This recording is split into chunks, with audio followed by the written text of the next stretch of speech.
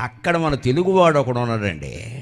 ఆంధ్రప్రదేశ్ నుంచి వచ్చి బళ్ళారిలో స్థిరపడిన గ్యాంగ్ ఉంటారే, మనవాడు ఒకడు, మీ అందరి ఆలోచనలు తప్పే, హనుమంతుడు మా తెలుగువాడు అన్నట్టు.